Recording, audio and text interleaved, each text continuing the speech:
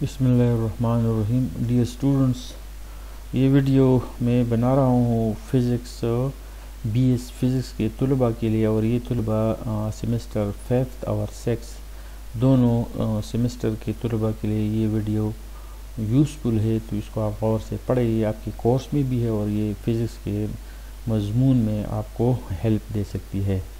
तो यहाँ पे जो मैंने लिखा है डिफरेंशिएशन ऑफ इंटीग्रल्स, और इसी टॉपिक को हमने एमएमपी के पेज 233 से लिया है।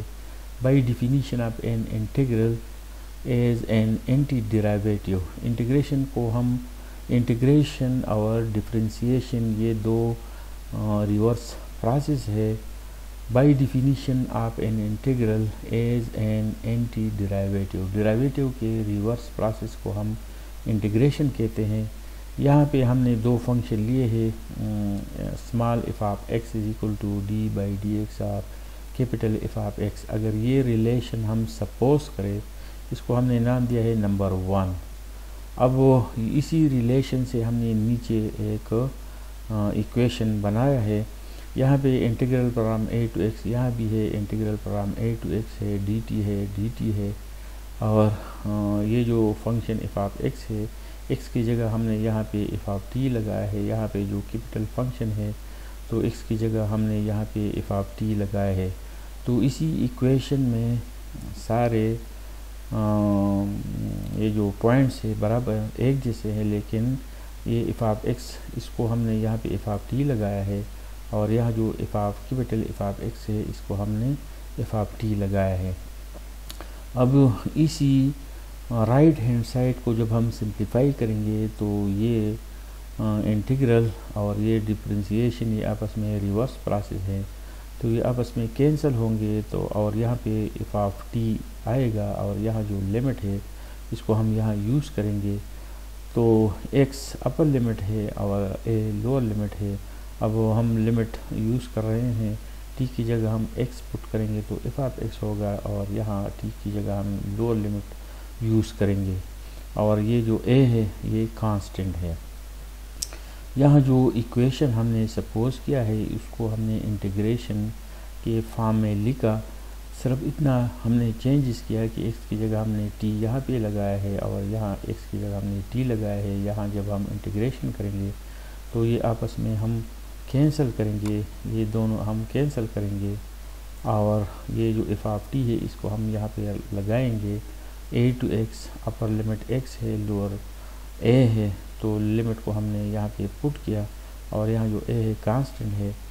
Differentiate with respect to x, differentiating both side with respect to x. अब यहाँ लेफ़्ट साइड और राइट साइड को हम डिफरेंशिएट करते हैं, ये अपनी जगह पे होगा। अब वो यहाँ पे है derivative of first minus derivative of second. यहाँ पे ए कांस्टेंट है, तो एफ ऑफ ए भी कांस्टेंट है, और डेरिवेटिव ऑफ कांस्टेंट हमारे पास 0 आता है। यहाँ derivative of constant is equal to 0। तो derivative of first minus derivative of second, second constant, इसका डेरिवेटिव 0 होगा, और डेरिवेटिव ऑफ फर्स्ट यहाँ पे आएगा। अब इसी को दे के यहाँ पे हमने लिखा है बाई 1 में डेरिवेटिव ऑफ कैपिटल फंक्शन बराबर है small function f of x. तो यहाँ पे इसकी वैल्यू यहाँ पे लगाई गई है। अब वो यहाँ पे लेफ़्ट साइड में क्या है, ये जो स्मॉल फंक्शन है इसके साथ जो इंटीग्रल साइन है, यहाँ पे अपर लिमिट एक्स है, लोअर लिमिट ए है, और नज़दीक में डेरिवेटिव है, डिफरेंशिएशन है। तो ये एफ ऑफ टी जो है यहाँ पे अगेन ये स्मॉल फंक्शन यहाँ पे अगेन आ गया है, लेकिन ये जो एक्स है इसको आप देख ले, ये एक्स यहाँ पे हमें नज़र आ रहा है। तो यहाँ जो प्रोसेस होता है वही फंक्शन, ये जो इंटीग्रल है ये इंटीग्रल सेम टू सेम आया है, लेकिन ये जो अपर लिमिट है ये इसके साथ हमें नज़र आ रहा है। और इसके अलावा यहाँ पे प्लस साइन है, not positive sign at right hand side, यहाँ पे पॉजिटिव साइन है, and upper limit as x. यहाँ पे अपर लिमिट एक्स है, तो ये स्मॉल फंक्शन आ गया है, और अपर लिमिट इसमें यूज़ हो गया है इनपुट के तौर पर, और पॉजिटिव साइन हमें नज़र आ रहा है। अब यहाँ पे इसी को हम यहाँ दोबारा लेते हैं, लेकिन ये लिमिट एक्स हम लोअर लिमिट बनाएंगे और ये हम ऊपर ले जाएंगे, तो फिर हमारे पास क्या होगा, यहाँ पे देखिए ये x, यहाँ पे ये जो x है अपर लिमिट, तो यहाँ पे x है, ये लोअर लिमिट है, तो ये लोअर लिमिट यहाँ पे, ये देखिए ये लोअर लिमिट, अपर लिमिट यहाँ पे है, लोअर लिमिट यहाँ पे है, बाकी डिफरेंशिएशन से ये आ गया है। अब इसी को हम ले लें, अगर हम इसी को यहाँ पे लिखे लेकिन लिमिट इंटरचेंज करें, तो ये अपर लिमिट ये वाला हमारे पास फर्स्ट में आएगा और लोअर लिमिट हमारे पास सेकंड में आएगा। जिस तरह ये फर्स्ट है तो फर्स्ट पे आ गया है पोजीशन पे, ये नेक्स्ट है तो ये नेक्स्ट आ गया है, इस तरह ये फर्स्ट है तो फर्स्ट है और ये नेक्स्ट है तो ये नेक्स्ट आ गया है। अब इसी के साथ हम डिफरेंशिएशन करते हैं, इसको हम डिफरेंशिएट करते हैं और यहाँ भी इसी को भी हम देख ले, इसी को भी हम डिफरेंशिएट करते हैं। यहाँ पे डिफरेंशिएशन नज़र आ रहा है, तो ये इफ़ आप ए कांस्टेंट है ये ज़ीरो होगा और इसके साथ डेरिवेटिव का जो ऑपरेटर है नज़र आएगा और ये माइनस साइन यहाँ पे आएगा। अब वो यहाँ पे जो फंक्शन है भाई यहाँ पे ये नज़र आ रहा है, derivative of capital function equal small function, तो यहाँ पे derivative of capital function equal small function और ये जो नेगेटिव यहाँ पे नज़र आ रहा है। तो यहाँ पे मैंने लिखा है not negative sign at right hand side and lower limit as x। तो अब इसको मैं समराइज़ करता हूँ। यहाँ पे हमारे पास क्या है, इंटीग्रेशन है, लेफ़्ट साइड पे अपर लिमिट x है, लोअर लिमिट a है और स्मॉल फंक्शन है, तो ये small function same to same यहाँ पे आ गया है, यहाँ पे आ गया है लेकिन पॉजिटिव साइन के साथ आ गया है। अगर अपर लिमिट x हो तो यहाँ पे पॉजिटिव साइन है, अगर अब अगर लिमिट को हम इंटरचेंज करें तो यहाँ जो रिज़ल्ट हमें नज़र आ रहे तो नेगेटिव साइन, ये स्मॉल फंक्शन यहाँ पे वापस आ गया है लेकिन माइनस साइन के साथ। तो x अगर नीचे हो तो माइनस साइन है और x अगर ऊपर हो तो पॉजिटिव साइन है। तो इसी डिफरेंस को आप नोट कर लें कि अगर लिमिट जिस पोजीशन में है x ऊपर है तो small function same to same आया है और पॉजिटिव साइन आ गया है। अब अगर x नीचे है, कांस्टेंट ऊपर है, तो फिर स्मॉल फंक्शन आ गया है सेम टू सेम लेकिन नेगेटिव साइन के साथ आ गया है। तो इसी बात को आप नोट करें कि एक एग्जांपल है MMP के बुक से मैंने लिया है 234 पेज पे, ये एक एग्जांपल है। Find derivative of the integral of sine t dt। यहाँ पे अपर लिमिट x है और a की वैल्यू π/4 है, ये a की वैल्यू π/4 है, x अपनी जगह पे यहाँ पे स्मॉल फंक्शन जो इफ ऑफ t था ये, तो इसकी जगह साइन ऑफ t आ गया है। वी नो दैट, अभी पिछली स्लाइड में इसी रिजल्ट को हमने साबित किया, d/dx of integral if of t dt from a to x। तो ये जो अपर लिमिट है ये वाला लिमिट इसी फंक्शन में यूज़ होगा तो ये रिज़ल्ट आता है। अब अगर इफ ऑफ t की जगह साइन t हो तो ये x जो है, this x will take the place of variable t, तो ये यहाँ पे आएगा साइन x। इसी रिज़ल्ट को जब हम यूज़ करेंगे इसी क्वेश्चन पे है तो हम इसी फंक्शन को वापस लिखेंगे और ये अपर लिमिट यहाँ पे पुट करेंगे और पॉजिटिव साइन आएगा। यहाँ पॉजिटिव उस वक्त आएगा जब यहाँ पे x हो, अगर x नीचे हो तो इसी यहाँ पे माइनस साइन आएगा। तो इसी क्वेश्चन का यहाँ पे जो इंफॉर्मेशन है इसकी वैल्यू साइन x है। अब एक्चुअली हम इसी को हल करते हैं और देखते हैं कि इसकी वैल्यू साइन x आता है कि नहीं। Now actually finding the value by integrating, यहाँ पे by integrating and then differentiating, और फिर इसके बाद डिफरेंशिएशन करना है। इसी फंक्शन का सबसे पहले इंटीग्रेशन करना है, फिर डिफरेंशिएशन करना है और देखना है कि ये रिज़ल्ट साइन x आता है कि नहीं। तो यहाँ पे हमने रिज़ल्ट यूज़ किया है और डायरेक्टली हमें वैल्यू हमने लिखा है। एक्चुअली अगर हम इसको हल करना चाहते हैं तो सबसे पहले हम साइन फंक्शन का इंटीग्रेशन करेंगे। यहाँ इंटीग्रेशन को देखें, इंटीग्रल ऑफ साइन माइनस काज है और यहाँ पे लिमिट है, अपर लिमिट फर्स्ट आ गया है, लोअर लिमिट भी आ गया है, यहाँ माइनस है। तो एक टी की जगह एक्स लगाएंगे, काज x minus cause pi by 4। अगर ये माइनस हम ब्रैकेट के अंदर ले जाए तो फर्स्ट माइनस होगा और माइनस इंटू माइनस यहाँ पे प्लस आएगा। अब वो इसी के साथ हम डिफ्रेंशिएशन का नोटेशन लगाते हैं, ऑपरेटर लगाते हैं, और यहाँ भी हम डेरिवेटिव ऑपरेटर लगाते हैं, derivative of first plus derivative of second.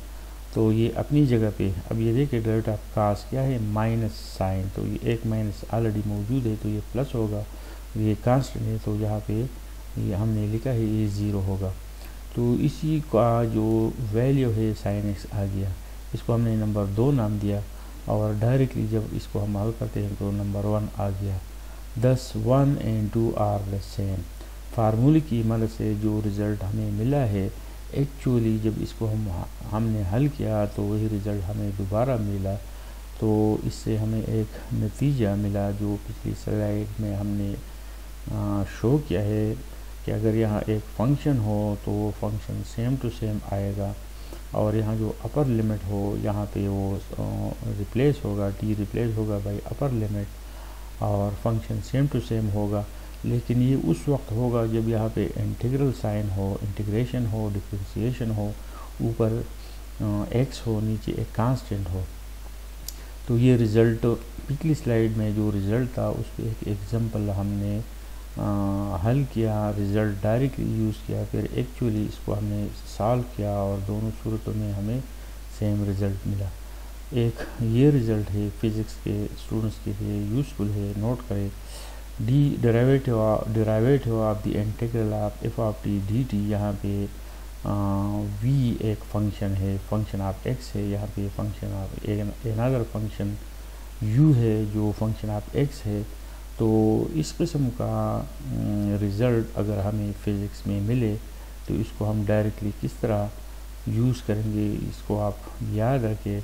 हम लिखेंगे ये जो स्मॉल फंक्शन है इसको हम सेम टू सेम लगाएंगे, यहाँ जो अपर लिमिट है इसको हम यहाँ पे लगाएंगे, टी को हम रिप्लेस करेंगे वी से, और इसके साथ ये जो वी है तो हम लगाएंगे d v by d x, फिर माइनस लगाएंगे। इसके अलावा ये जो स्मॉल फंक्शन है सेम टू सेम हम लगाएंगे, लेकिन ये लोअर लिमिट लगाएंगे, और इसके साथ जो यू है D you by d x लगाएंगे। तो ये एक रिज़ल्ट है, इसको हमने प्रूव नहीं किया है, बुक से हमने लिया है, लेकिन ये फिज़िक्स के किसी भी थ्योरी में आपको काम आ सकता है, तो उसको आप याद रखें। इसी रिज़ल्ट को आप याद रखें, इसी रिज़ल्ट को आप याद रखें, और ये जो जनरलाइज फॉर्म है इसको भी आप याद रखें। अगर एक्स ऊपर हो तो यहाँ प्लस पॉजिटिव साइन आएगा और टी रिप्लेस होगा एक्स से, और अगर एक्स नीचे हो ए ऊपर हो तो यहाँ ये जो फंक्शन है सेम टू सेम आएगा, टी रिप्लेस होगा एक्स से, लेकिन यहाँ पे माइनस साइन आएगा। द पिक्टोरियल फंक्शन, ये भी एक खूबसूरत क्वेश्चन है, इसको आप देख ले। द पिक्टोरियल फंक्शन, ये पेज 538 MMP के बुक से मैंने लिया है। The pictorial function if A is positive, ये जो ए है ये एक पॉजिटिव नंबर को ज़ाहिर करता है, then integral from 0 to infinity e power minus a x d x. अब इसी क्वेश्चन को जब हम हल करना चाहे तो integral of E power minus a x, E power minus अपनी जगह पे, और माइनस ए एक्स का जो डेरिवेटिव है विद रिस्पेक्ट टू एक्स तो माइनस ए आता है। इंटीग्रल में हम इसको नीचे लगाते हैं और लिमिट हम यूज़ करते हैं। अब ये माइनस वो ए जो है ये यहाँ पे आएगा, अपर लिमिट एक्स की जगह हम अपर लिमिट लगाएंगे, और फिर एक्स की जगह हम लोअर लिमिट लगाएंगे। अब वो यहाँ इसी को हम इस तरह लिख सकते हैं, ई पावर 0 को हम 1 लगाएंगे, 1 ओवर इन्फिनिटी 0 आता है। अब माइनस इंटू माइनस हमारे पास प्लस आता है। तो इसी लेफ़्ट साइड की वैल्यू, लेफ़्ट साइड का वैल्यू 1 ओवर ए आता है, इसको आप नोट कर लें। इसको जब हमने हल किया तो हमारे पास रिज़ल्ट आ गया 1 ओवर ए। डिफरेंशिएटिंग 1, ये जो रिज़ल्ट है ये रिज़ल्ट नंबर 1 है।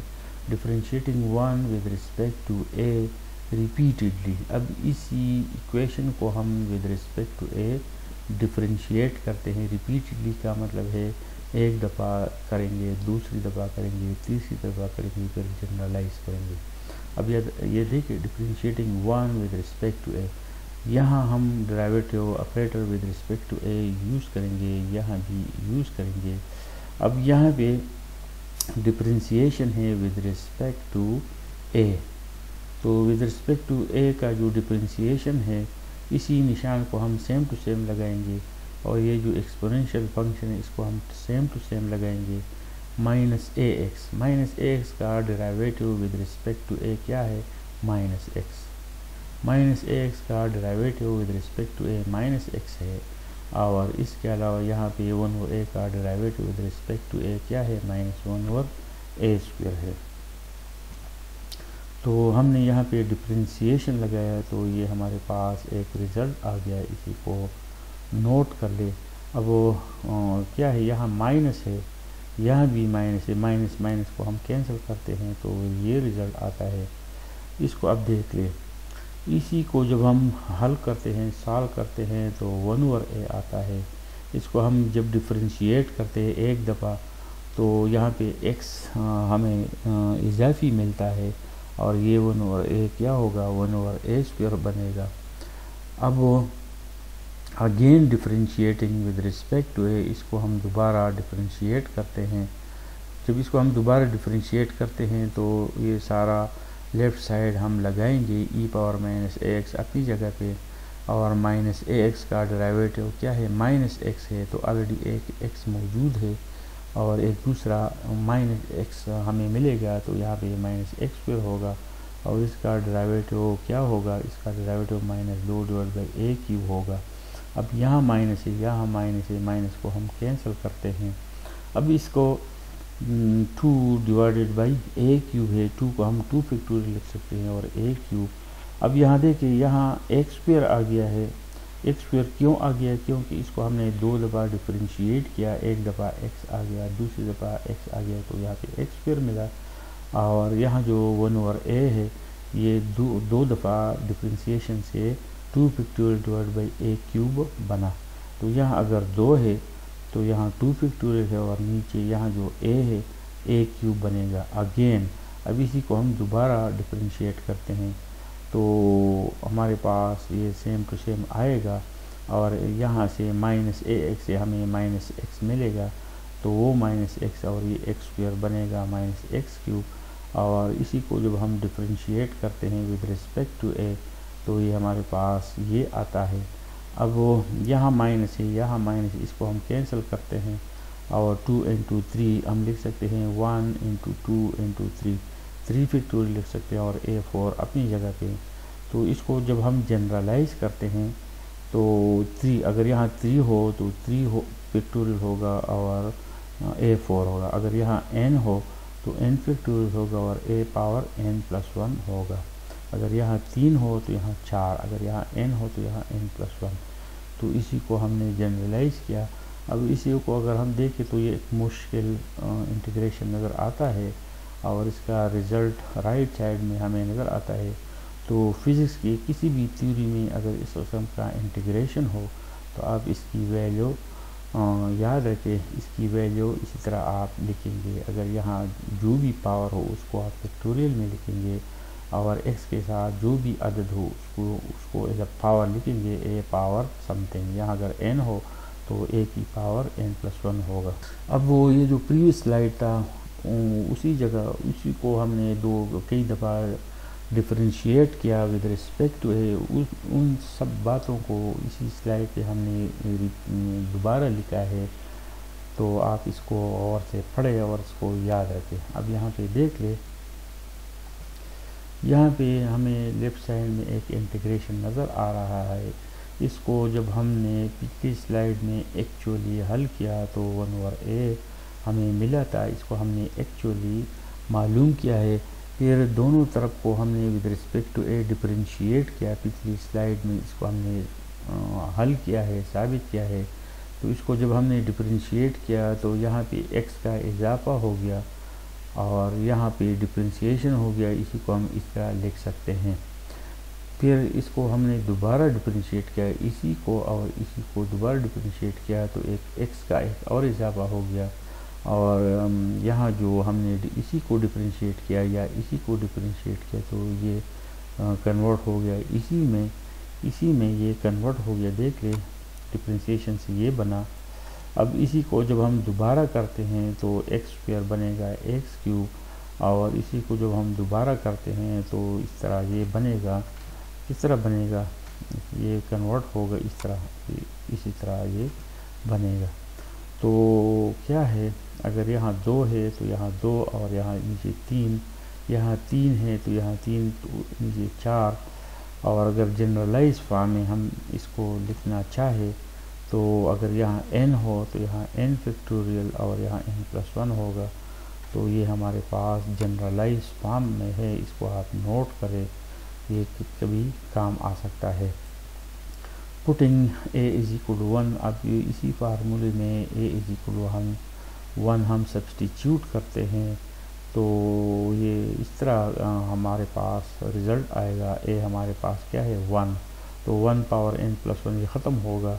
अब ये एक इंफॉर्मेशन है जहाँ पे n 1 2 3 एंड सो ऑन हो सकता है। अगर n की जगह हम 0 लगाएंगे, यहाँ दोनों साइड में अगर n की जगह हम 0 लगाएंगे तो n फैक्टोरियल बनेगा 0 फैक्टोरियल, और यहाँ भी हम n की जगह 0 लगाएंगे तो यहाँ पे जब हमने इसको 0 लगाया तो ये ख़त्म हो गया, 1 हो गया और ये रिज़ल्ट आ गया।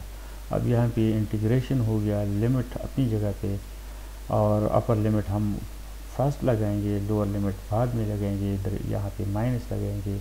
इसको हम किस तरह लिख सकते हैं, ये वाला जो है यहाँ पे हमने इसको हल किया है, माइनस है e पावर माइनस इन्फिनिटी, इस तरह लिख सकते हैं, और ये 0 के बराबर है, e पावर 1 के बराबर है। तो ये हमारे पास 0 है और ये 1 है, तो ये माइनस और ये माइनस प्लस होगा, 0 फैक्टोरियल अपनी जगह पे। तो यहाँ हमें एक रिज़ल्ट मिला 0 फैक्टोरियल इज इक्वल टू 1। तो ये एक रिज़ल्ट है 0 फैक्टोरियल इज इक्वल टू 1। तो अगर आपसे पूछा जाए कि prove that 0 factorial is equal to 1, तो फिर हम इसी स्लाइड को और इससे जो पिछला स्लाइड है, इन दोनों स्लाइड को यूज़ करते हुए हम 0 फैक्टोरियल इज इक्वल टू 1 को साबित कर सकते हैं। तो ये फिज़िक्स के तलबा के लिए उसी के टेक्स्ट बुक से हमने लिया है कि 0 फैक्टोरियल इज इक्वल टू 1 को हम किस तरह साबित कर सकते हैं। और यहाँ पे जो रिज़ल्ट है, एक खूबसूरत रिज़ल्ट हमें मिला है, इसको हमने याद रखना है। इसके अलावा यहाँ पे जो प्रोसेस है इसमें काफ़ी इंटरेस्टिंग बात है, और यहाँ भी उसी बात को जनरलाइज किया गया है। तो इसी को आपको याद रखें। Thank you.